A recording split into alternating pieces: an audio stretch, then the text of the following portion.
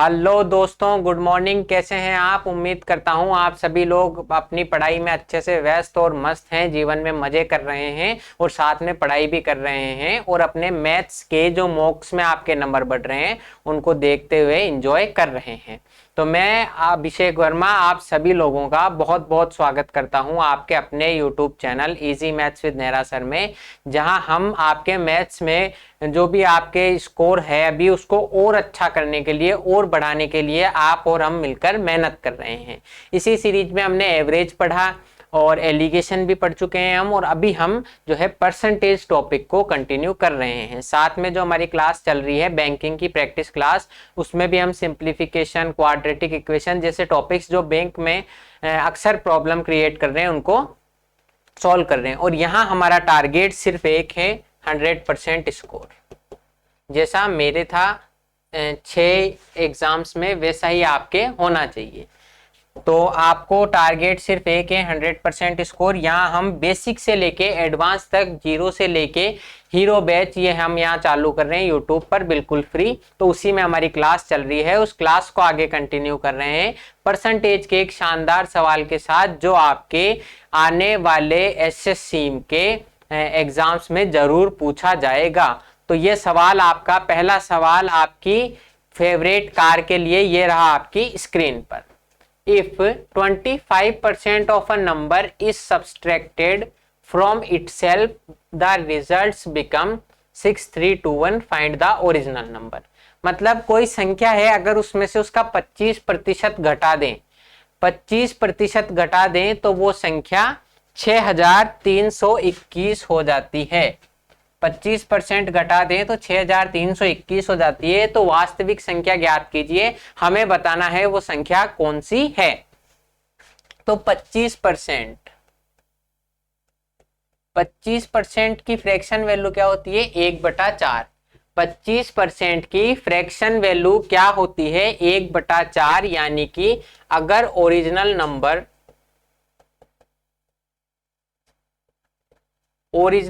अगर 4 था तो उसमें से हमने 1 घटा दिया। यही कह रहा है ना, 25% घटा दिया। 25% यानी कि 4 में से 1। 25% का मतलब 4 में से 1 कि अगर ओरिजिनल नंबर 4 था तो हमारा जो न्यू नंबर होगा, जो नया नंबर होगा, हमने 4 में से 1 घटा दिया 3। बिल्कुल बात आई या नहीं आई समझ में आपके? 4 में से 1 घटा दिया तो 3। तो जो नया नंबर है 3 यूनिट की वैल्यू 6321। 3 यूनिट की वैल्यू 6321 है। तो हमें ओरिजिनल नंबर चाहिए। ओरिजिनल नंबर क्या होगा? 4 यूनिट। तो उसकी वैल्यू निकाल देंगे। 3 की वैल्यू 6321 है तो 4 की वैल्यू क्या होगी? या आप ऐसे कर लो, 1 की वैल्यू निकाल लो, वो का वही किया है हमने। 3 यूनिट की वैल्यू 6321 है तो 1 की वैल्यू क्या होगी? 6321/3 और उसको 4 से गुणा कर दो। तो यहां हम 3 से काट देंगे, ये हो जाएगा 2107। 63 है 21 बार जाएगा और 21 है 7 बार, तो इसको 4 से गुणा कर देंगे, 8428। ये आपका नंबर आ गया 8428। बिल्कुल आसान सवाल है, बिल्कुल शॉर्ट में कर रहे हैं हम कि ओरिजिनल आपका 25% का मतलब 1/4 कि अगर ओरिजिनल वैल्यू मेरी 4 थी तो उसमें से मैंने 1 घटा दिया। ओरिजिनल वैल्यू अगर मेरी 4 थी, 25% का मतलब उसमें से 1 घटा दिया तो बचे 3। 3 की वैल्यू सवाल में 6321 है, 1 की वैल्यू होगी 2107, तो 4 की वैल्यू 8428। ठीक है, आप चाहो तो इसको एक तरीके से और भी कर सकते हो, वो हम यहां देखते हैं कि 25% घटा दिया। ये लेंथी प्रोसेस है इसलिए मैंने वहां पहले डिस्कस नहीं किया, लेकिन अगर आप चाहो तो एक बार इसको देख सकते हैं। ओरिजिनल नंबर 25% घटा दिया मतलब 100% था ओरिजिनल। 100% था ओरिजिनल। हमें ओरिजिनल कुछ तो मानना पड़ेगा, चाहे x मानो, चाहे 100 मानो, चाहे कुछ भी मानो। जैसे एक बार x से भी देख लेते हैं ताकि आपको पता पड़ जाए कि ओरिजिनल मान लो x है। ओरिजिनल x है तो मैंने 25% घटा दिया, 25% घटा दिया तो बचा कितना? x का 75%। अगर ओरिजिनल वैल्यू मेरी x है तो 25% घटाने के बाद क्या बचेगा? x का 75%। उसकी वैल्यू सवाल में कितनी दी हुई है? 6321। 6321। तो हमें बताना है ओरिजिनल संख्या क्या होगी। तो x की वैल्यू हो जाएगी 6321 अपॉन 75 इंटू 100 अपॉन 75 इंटू 100। 25 से काट दो 3 बार, 25 से काट दो 4 बार, 3/4 आया है वो का वो हमने यहाँ डायरेक्ट कर दिया। तो हमें यहाँ पर x मानो, फिर 25% घटाने के बाद 75% निकालो और फिर इसको कैलकुलेशन करके 8428 निकालो। जब आंसर वही आना है, मुझे मानना ही है मेरी मर्जी से ही, तो मैं x क्यों मानूंगा, मैं ऐसी चीज मानूंगा जिससे मेरी कैलकुलेशन इजी हो। तो मैंने क्या माना कि 25% का मतलब 4 में 1 की कमी करिए। तो ओरिजिनल वैल्यू मेरी 4 थी, 1 की कमी कर दी तो बच गई 3। 3 की वैल्यू 6321 है, तो 4 की वैल्यू 8428 आंसर। नेक्स्ट क्वेश्चन, किसी संख्या में 28 जोड़ा जाता है तो परिणामी संख्या में 116 सही 2/3% की वृद्धि होती है। 116 सही 2/3% की वृद्धि होती है, मतलब ये यूं कह रहा है x। अब एक बार इसको x से करके देखते हैं, फिर उसके बाद में एक सवाल में मैं लास्ट x से करूंगा, फिर हम आगे परसेंटेज से ही करेंगे। जैसे हमने मान लिया ओरिजिनल जो नंबर है हमारा वो है x। ओरिजिनल नंबर क्या है आपका x। अगर इसमें 28 जोड़ा जाए, x में 28 जोड़ा जाए तो परिणामी संख्या में वृद्धि कितनी होती है, 116 से ही 2/3% की। मतलब x तो ओरिजिनल था ही, और वृद्धि कितने की होगी, x की 116 से ही 2/3% की।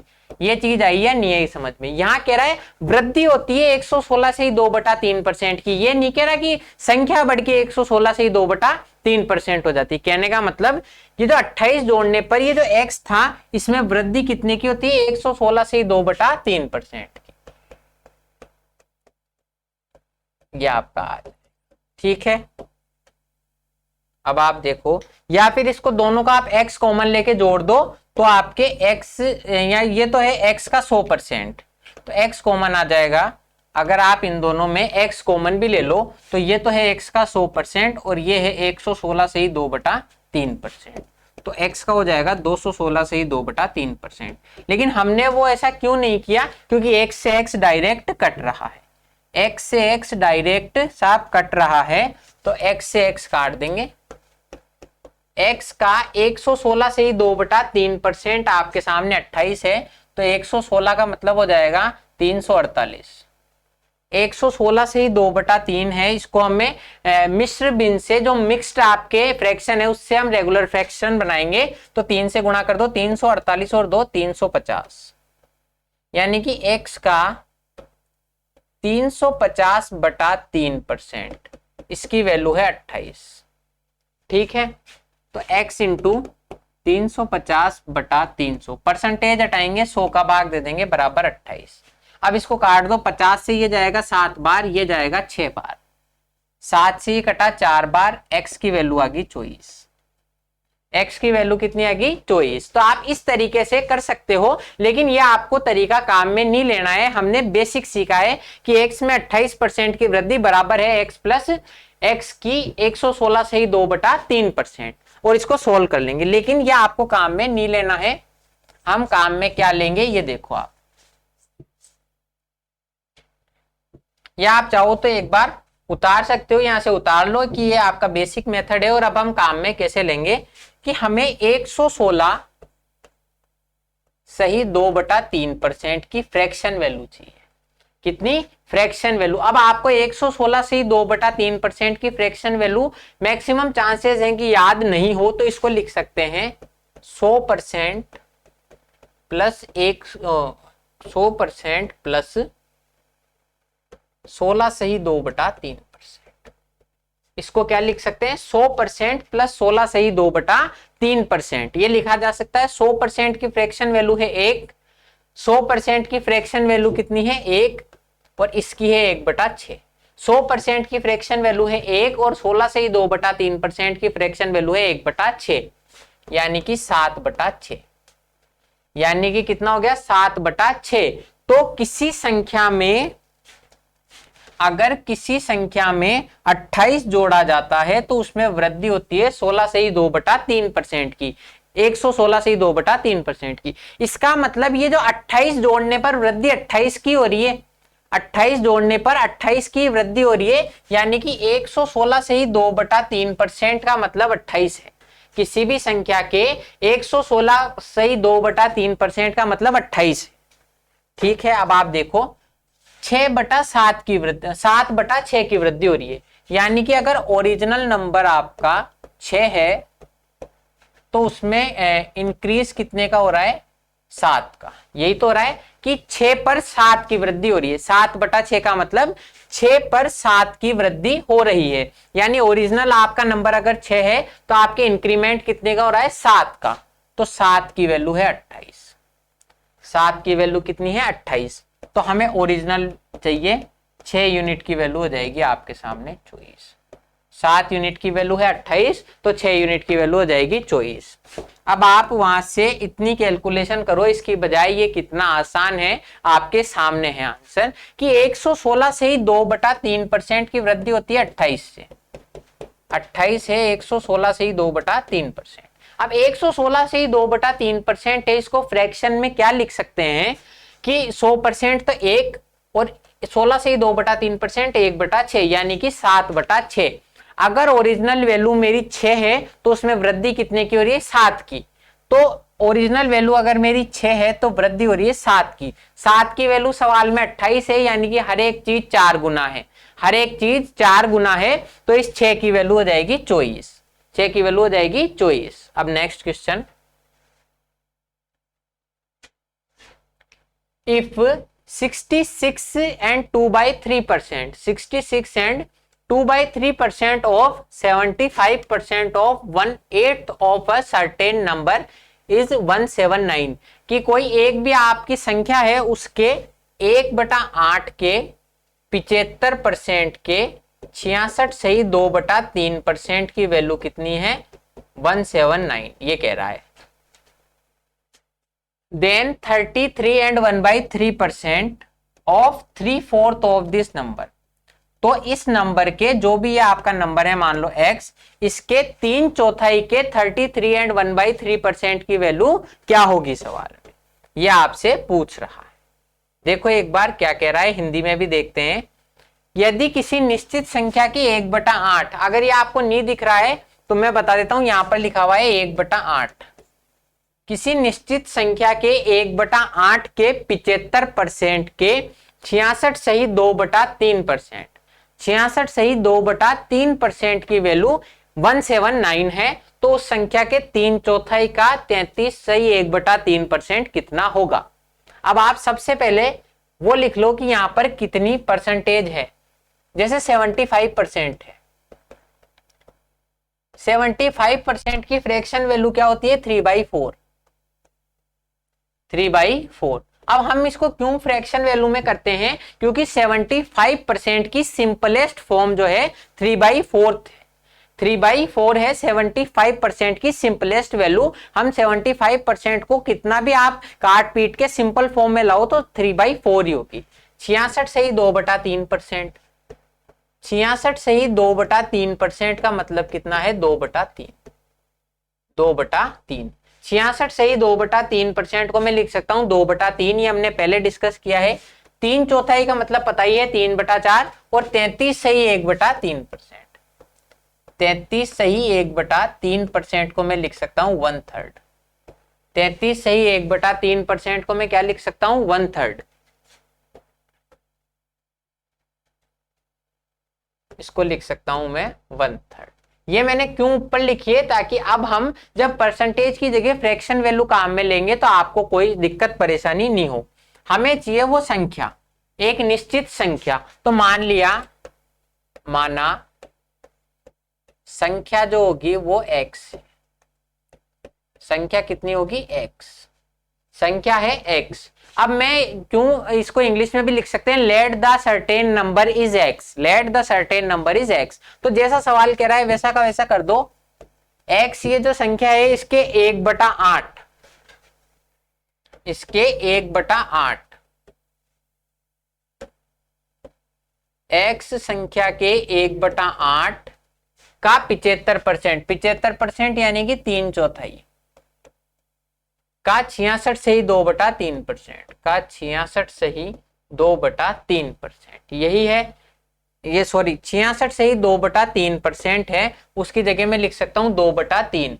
66 से ही 2/3% है, इसकी जगह क्या लिख सकता हूं मैं 2/3। इसकी वैल्यू सवाल में दी हुई है आपको 179। अब मैं इसको सॉल्व करके x का मान निकाल सकता हूं, मैं इसको सॉल्व करके पूरा x का मान निकाल सकता हूं, लेकिन मुझसे पूछा क्या है, उस संख्या के 3/4 का 33 सही 1/3%। मुझसे पूछा क्या है, इस संख्या के 3/4 का 33 सही 1/3%, यानी कि 1/3, यानी कि 1/3 मुझसे पूछा है। तो पहले मैं x निकालूं फिर कैलकुलेट करूं, इसकी बजाय डायरेक्ट भी ऐसा किया जा सकता है। कैसे, एक बार देखो, आप पहले तो 3 से 3 काट दोगे, 3 से 3 काट दोगे, 2 से ये गया 2 बार, यानी मुझसे यहां पर x/16 की वैल्यू दी हुई है 179। x/8 दूनी 16 हो गया, 16 की वैल्यू है 179, और पूछ रहा क्या है मुझसे, 3/4 का 1/3, यानी कि 3 से 3 काट दो, x/4। मुझसे x/16 की वैल्यू दी हुई है 179, तो x/4 की वैल्यू पूछ रहा है। तो आप देखो, x/16 को मैं क्या 4 से गुणा करूंगा तो x/4 आ जाएगा क्या। When we multiply x upon 16 into 4, we get a result of x upon 4। तो मैं इसको डायरेक्ट x upon 16 से x upon 4 बनाना है, तो यहां पर क्या करूंगा, मैं 4 से मल्टीप्लाई कर दूंगा डायरेक्ट, तो यहां पर भी 4 से मल्टीप्लाई हो सकता है। तो 179 को 4 से गुणा करेंगे, अगर 180 को 4 से गुणा किया जाता तो आता 720, तो 4 कम कर दो 716। कैसे, 179 है, 179 है, इसको मैं मन में ही लिख लूंगा 180 - 1 इंटू 4 करना है, ठीक है। 180 को 4 से गुणा किया 720, उसमें से 4 घटा दो 716, तो इस तरीके से आपका आंसर आएगा। अब देखो, आपको अगर थोड़ा सा कंफ्यूजन हो कि सर मेरे को दोनों सॉल्व करने हैं, लास्ट में आएगा आंसर, तो भी एक तरीके से और हो सकता है। जैसे आपने क्या किया, यहां पर x/16 की वैल्यू 179 है, मैं सिर्फ आपकी कैलकुलेशन बचाना चाहता था इसलिए डायरेक्ट बताया। आप ऐसे भी कर सकते हो, x का मान 179 × 16। आप इसको सॉल्व मत करो यहाँ, क्योंकि जब आगे कट पिट रहा है तो हम क्यों फालतू में इनको सॉल्व करके हमारा टाइम वेस्ट करें कि x की वैल्यू आ गई 179 × 16। तो 179 × 16 के 3/4, यही तो पूछा है आपसे कि संख्या के 3/4 का 33 से 1/3% का 1/3, 33 से 1/3%, तो 3 से 3 काट दो, 4 से गया 4 बार, तो भी आपको 179 × 4 ही करना है, जो इक्वल होगा 716 के, जो इक्वल होगा 716 के। चाहे इसे आप यहां से भी कर सकते हो, x/4 करना है तो 179 × 16/4, आंसर आपके वही आना है। तो हमने क्या किया कि इसको सोल्व किया कि x/16 की वैल्यू 179 है, हमसे x/4 पूछ रहा है, 4 से गुणा कर दो 716, आपका आंसर आ जाएगा। Next question, the number that is to be added to 10% of 320 to have the sum as 30% of 230 is.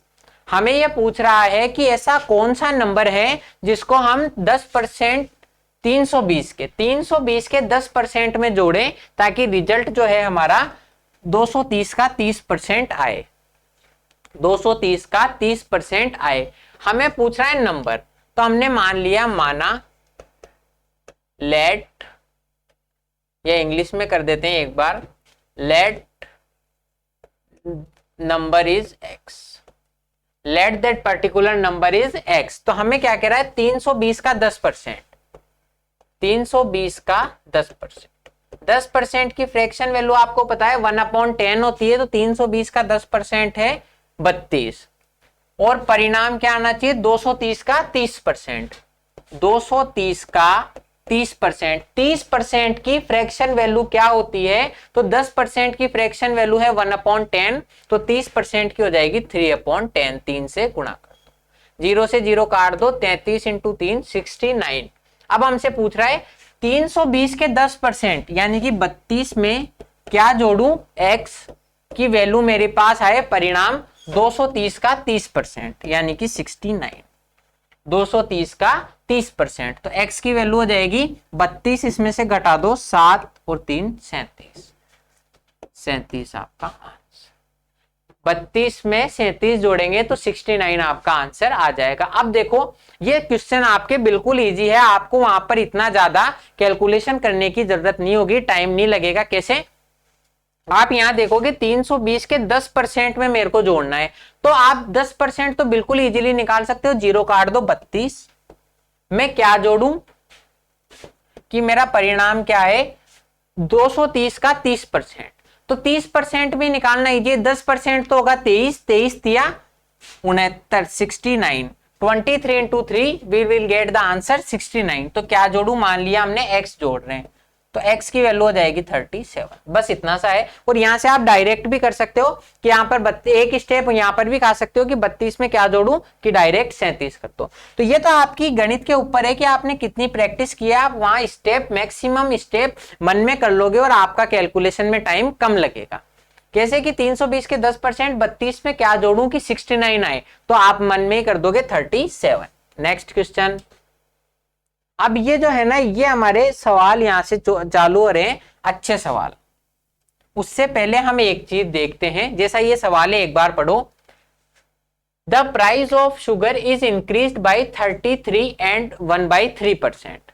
33 and 1/3% कि चीनी का प्राइस 33 एंड 1/3% बढ़ गया। If the expenditure should not be increased for a housewife, अगर एक जो गृहिणी है, एक हाउसवाइफ है, अगर वो अपना खर्चा बढ़ाना नहीं चाहे, she will have to reduce his consumption of sugar by the %, तो उसे अपने शुगर की खपत में कितनी % कमी करनी पड़ेगी। चीनी के भाव में 33 से 1/3% की वृद्धि हो जाने के कारण यदि एक गृहिणी अपनी खपत में कितनी % कमी करे जिससे उसका खर्च अपरिवर्तित रहे, तो हम यहाँ पर एक चीज समझते हैं, आपके इसको बोलते हैं constant product ratio. Constant product ratio इसका मतलब क्या होता है, देखो कि आपके दो कोई भी संख्या है आपके सामने, जैसे a और b, इन दोनों का प्रोडक्ट है p। मान लो कोई भी संख्या है दो, इनका प्रोडक्ट है p, a और b का प्रोडक्ट है p। अगर आपने a को बढ़ा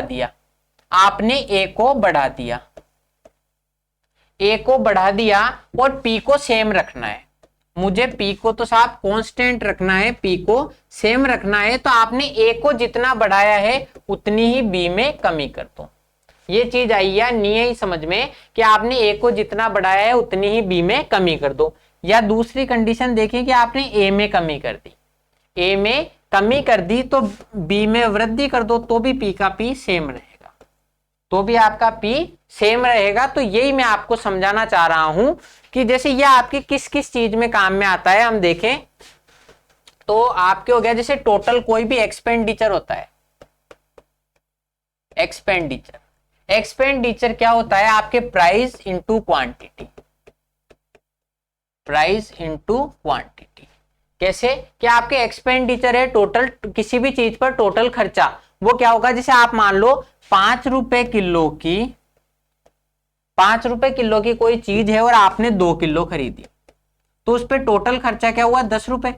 5 रुपए किलो की कोई चीज 2 किलो खरीदी तो आपके 10 रुपए हो गया ना। तो यही मैं चीज समझाना चाह रहा हूं। तो ये कांस्टेंट प्रोडक्ट रेशो कैसे कैसे काम में आता है, total expenditure price into quantity, या जैसे मान लो आपके डिस्टेंस है, टाइम स्पीड एंड डिस्टेंस में हम पढ़ते हैं, डिस्टेंस क्या होता है, स्पीड इनटू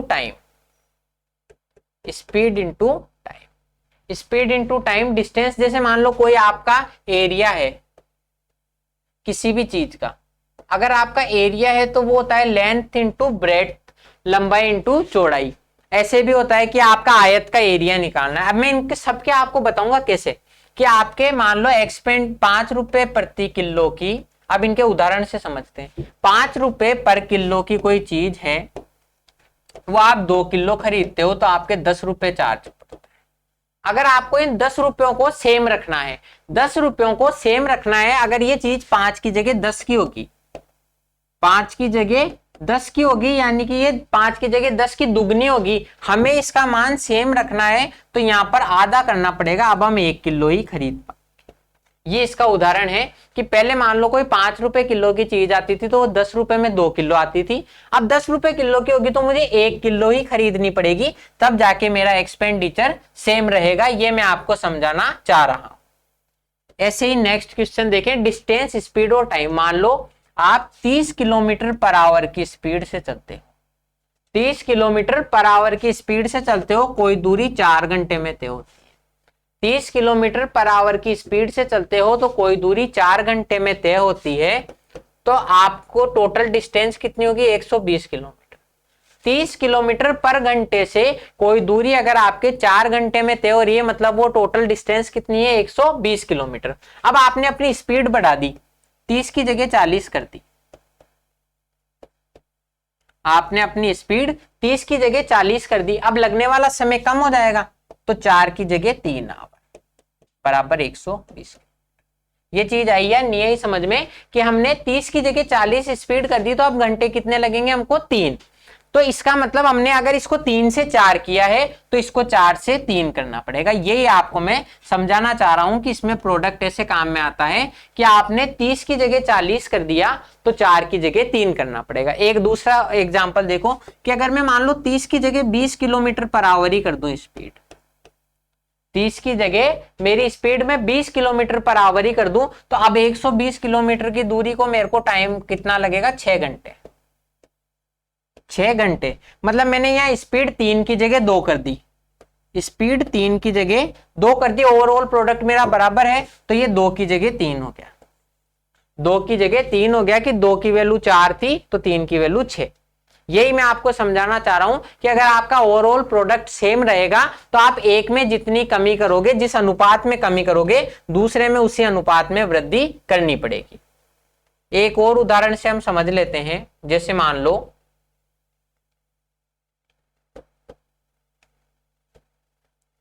एक आपके सामने एरिया, एक आयत है जिसकी लंबाई तो है 3 सेंटीमीटर, लंबाई तो है 3 और चौड़ाई है 8 सेंटीमीटर। लंबाई तो है 3, चौड़ाई है 8 सेंटीमीटर। तो इसका एरिया कितना हो जाएगा?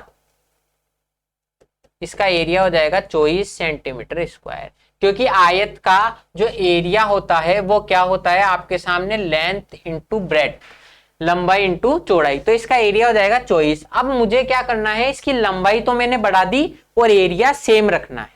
लंबाई मैंने बढ़ा दी, एरिया सेम रखना है। लंबाई मैंने 3 की जगह 4 कर दी, लंबाई मैंने 3 की जगह 4 कर दी। तो पहले तो हो रहा था 3 इंटू 8 24, 3 इंटू 8 24 हो रहा था। अब कितना होगा? अगर 24 ही रखना है तो 4 छिकी 24, 4 छिकी 24। अब आप देखो मैंने लंबाई 3 की जगह 4 कर दी तो चौड़ाई 8 की जगह 6 होगी। 3 की जगह 4 करी तो चौड़ाई 8 की जगह 6 होगी, चाहे 2 से काट दो, 4 की जगह 3। मतलब जिस अनुपात में एक संख्या में आपने वृद्धि करी है उसी अनुपात में दूसरी संख्या में आपको कमी करनी पड़ेगी, तब जाके आपका टोटल प्रोडक्ट बराबर रहेगा। तो ये कांस्टेंट प्रोडक्ट जो आपका रेशो है ये किस जगह काम करेगा? जब भी आपको किन्हीं भी दो संख्याओं का प्रोडक्ट सेम रखना है तो एक में जितनी वृद्धि करनी पड़ेगी दूसरे में उतनी ही कमी करनी पड़ेगी। तो अब ये काम में कैसे लेंगे? जैसे मान लो आपको एक में समझाता हूं। आपके सामने एक संख्या है a, एक संख्या है a, एक संख्या क्या है a। अगर मैं इसमें वृद्धि कर देता हूं, या ऐसे नहीं, हम देखते हैं आपके सामने एक संख्या है b, अगर मैं इसमें वृद्धि कर देता हूं a की, वृद्धि कर देता हूं a की, तो आपके सामने नई संख्या क्या हो जाएगी? a plus B, a plus B हो जाएगी नई संख्या। तो हमें इसकी जो दूसरी संख्या होगी, मान लो ये जो b है इसकी दूसरी संख्या थी यहाँ a b। आपके सामने दो संख्याएं हैं b और a प्लस बी। आपके फर्स्ट नंबर तो है b और सेकंड नंबर है a और बी, इन दोनों का जो भी प्रोडक्ट है मान लो टी है, उसको हमें सेम रखना है, उसको मुझे सेम रखना है। मैंने बी में वृद्धि करी ए की, तो ए अपॉन बी की वृद्धि होगी, तो ए अपॉन बी में कितने की कमी करनी पड़ेगी, ए की, तभी मेरे बी आएगा। मतलब यहां पर b इंटू ए प्लस बी इनका प्रोडक्ट रहना चाहिए। अगर b का मान बढ़ के a प्लस बी हो गया तो a प्लस बी का मान घट के b होना चाहिए, जैसा कि हमने पहले क्वेश्चंस में करा था। जैसे ये यहां पर गए, ये हमने यहां पर देखा था कि 3 इंटू 4 है, हमने देखा था 3 इंटू 4 12 रखना है। मैंने अगर 3 की जगह 4 कर दिया तो 4 की जगह मुझे 3 करना पड़ेगा, यही किया था ना हमने। तो मतलब b की जगह b पर मैंने a की वृद्धि करी तो ओवरऑल संख्या होगी आपके सामने a प्लस बी, तो जो दूसरी संख्या a प्लस बी है उसमें a की कमी करनी पड़ेगी। अब ये आपको बिल्कुल उदाहरण से भी मैंने समझा दिया है। तो इसमें होगा क्या, कभी भी हम वृद्धि करते हैं a प्लस बी की, वृद्धि कभी भी की जाती है a प्लस बी की, तो कमी कितने की होगी, a upon A plus B की।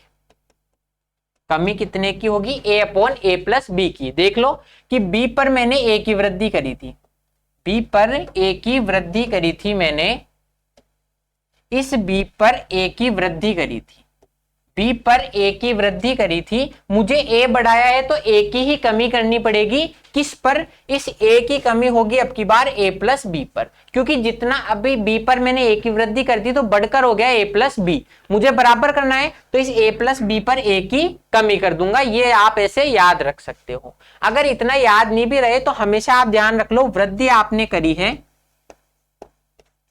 a अपॉन बी की, वृद्धि आपने करी है a अपॉन बी की, तो ये याद रखो ऊपर वाला तो भगवान है, ऊपर वाला भगवान है, तो ऊपर वाले को तो हम चेंज ही नहीं कर सकते, तो a की जगह तो a ही रहेगा, a की जगह तो a ही रहेगा। ऐसे याद रख लो कि a अपॉन बी की मैंने वृद्धि करी है, ऊपर वाला तो भगवान है, तो a की जगह a ही रहेगा। तो अब a की वृद्धि करी है b पर, तो बढ़कर कितना हो गया a प्लस बी, तो कमी कर देंगे a प्लस बी पर a की। ठीक है, ये आप ध्यान रखो कि b पर वृद्धि करिए a की, ऊपर वाला तो भगवान है, या a ही रहेगा, a की कमी करनी है किस पर, a प्लस बी पर। तो ये आपको याद रखना है कि अभी भी मैं कहूं कि आपने किसी संख्या पर a अपॉन बी की वृद्धि करी है तो कमी कितने की करेगी, a upon A plus B की। ठीक है, p अपॉन क्यू की वृद्धि करी है तो कमी कितने की करनी पड़ेगी, p upon P plus Q की। इसी तरीके से मैं आपसे पूछूं r upon S, r upon R plus S की मैंने कमी करी है, r upon R plus S की मैंने कमी करी है, तो वृद्धि कितने की करनी पड़ेगी। अब आप देखो कि ऊपर वाला तो भगवान है, या r ऐसा का ऐसा रहेगा, r अपॉन एस पे r की कमी कर दी, r अपॉन एस पर r की कमी कर दी, तो अब बच गया s ही बच गया। s पर वापिस r बढ़ाना है तो r अपॉन एस की वृद्धि हो जाएगी।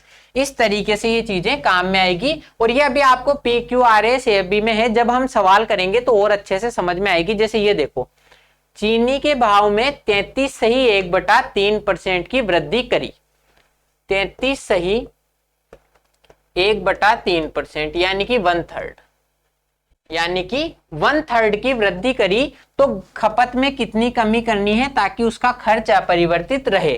खर्च को हमें अपरिवर्तित रखना है, तो वृद्धि हमने करी है साहब 1/3 की, तो ऊपर वाला तो भगवान है 1, 3 पे 1 की वृद्धि करी यानी कि अब 4 हो गया, तो 4 पर 1 की कमी कर दो, 1/4 की हमें कमी करनी पड़ेगी। 1/4 कितना होता है, 25%, तो 25% की कमी आ जाएगा आंसर। इस तरीके से आप इसको कर सकते हो। आप बेसिक से करने बैठो बहुत सा टाइम लगेगा। हमें क्या 1/3 की वृद्धि करनी है, तो वृद्धि होके 3 से बढ़कर हो गया 4, तो अब उस 4 पर 1 की कमी कर दो। एक तरीका और है इसको करने का, जैसे यह है भाव इंटू खपत बराबर टोटल कीमत, ये वही है price into quantity is equals to expenditure, price into quantity is equals to expenditure. अब मैंने क्या किया, 1/3 की वृद्धि कर दी, यानी कि मेरे पास 3 था तो अब 4 हो गया। ये फर्स्ट केस है और ये सेकंड केस है, दोनों से हम समझेंगे कि आपके पहले अगर भाव 3 था तो 1/3 की वृद्धि होगी, यानी कि 3 पर 1 की वृद्धि होकर भाव कितना हो गया 4। अब मुझे ये एक्सपेंडिचर तो बराबर रखना है, तो 3 4 है, अब की बार में 4 और 3 कर दूंगा, मुझे पूरा मान बराबर रखना है, काय को मैं सोचूं यहाँ क्या आएगा, इसको यहाँ रख दो, इसको यहाँ रख दो, मतलब ए बी है तो बी ए कर दो तो ओवरऑल बराबर रहेगा।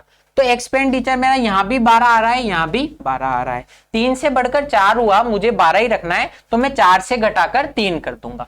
तो मेरे कमी कितने की हुई, 1 की, कितने पर, 4 पर, जो कितना है 25%।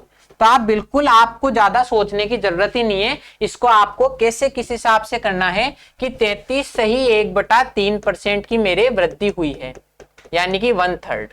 या आप याद रखो 1/3 की वृद्धि है तो कमी कितने की होगी, एक ऊपर वाला तो ऐसा का ऐसा, 3 को 1 में जोड़ दो, 4 की कमी। ऐसे भी आप याद रख सकते हो कि 1/3 की वृद्धि हुई है तो ऊपर वाला तो ऐसा का ऐसा, क्योंकि वो तो भगवान है, उसको हम छेड़ नहीं सकते, 3 और 1 4 की कमी। तो 1/4 की कमी यानी कि 25% की कमी आएगी आपके सामने, 25%।